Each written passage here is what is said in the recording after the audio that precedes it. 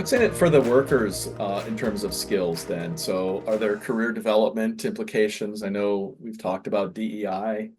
What are Yeah. some of the implications there? Yeah, I think first of all, from a DEI perspective, by looking through a skills lens, it takes that out of the equation. So therefore, that should give that a boost because if you're purely matching on skills, the other piece would be that if you're working in a skills-based organization, or even as the industry starts producing more and more data around this, it's easier for a worker to see what skills they need to progress on a career chain. So I've got these skills. I'm in this job. I want to do this job.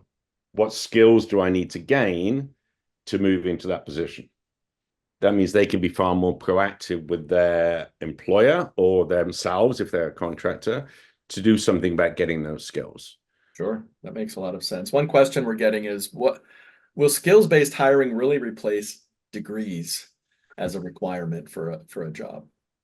I love that question because it, unfortunately, now as it's got out in the universe, the concept of skills based, the press have just latched on. Oh, well, that means they just take the degree off the requirement and that's skills based. No, it just means that you're finding people through a success profile, understanding what they need to be successful.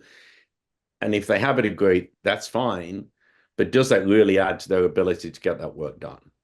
So I do think we'll see more and more of the qualification disappearing from a degree perspective. But that doesn't mean it's not any more or less valid. What you're really interested in, what skills is that given the person if they've been through that degree and have that degree? And how So can we, is that a skill that's required to actually get this job done?